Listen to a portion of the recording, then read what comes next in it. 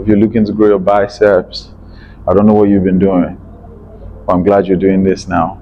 Dumbbell bicep curls. I'm going to introduce you to two different things, and that's just what keeps everything simple. And with that, you can go onto the barbell and train properly. When you turn your hands inwards, it's supination. If I roll my sleeves up, what that does, when I supinate and I turn my palm facing up, you can see my biceps are active. When I lift my arms up, you can see I'm not necessarily flexing my biceps now. This is flexing. So there's a clear difference. But you see, just lifting my arms and turning it inwards, the bicep turns to its peak position. This is the position I want you to train your biceps. If I do this straight movement, or say I'm doing a hammer curl, it's not that it's not working, but if you're aiming at this muscle here, you're probably spending so much of your time doing the wrong thing.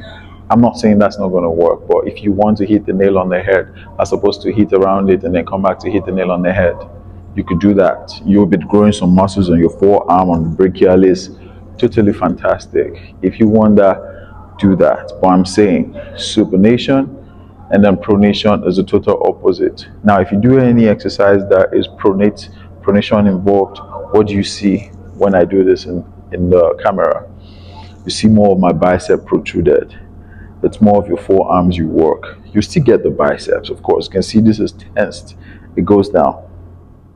You still get the bicep, but not as much as you would get when it's up in the peak position. So carry that information you've learned and let's apply it on a dumbbell bicep curl. So pretty much I just want you to come up and supinate. That's all. Return back down, come up, supinate, and come back down. Whatever you do, make sure the bicep gets to the peak of its contraction. It doesn't necessarily have to hit your shoulders. If these dumbbells can come up to hit your shoulders, it means your shoulders is participating in the movement, like I would do on the tricep press. It's just the elbows pressing. On those biceps, my elbows just stay. This is where it reaches. It doesn't get past that. It's not because I can't go to it. It's just that's the peak position. Now there's option to keep supinating like that, or just have it in place like that and just keep it going, and that's where it stops. You feel me?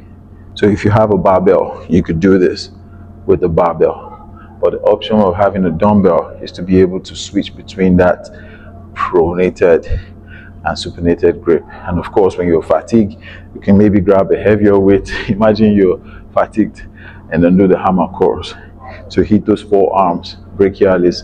But I recommend just stick to this supinated bicep curls. Hit those biceps at their peak position.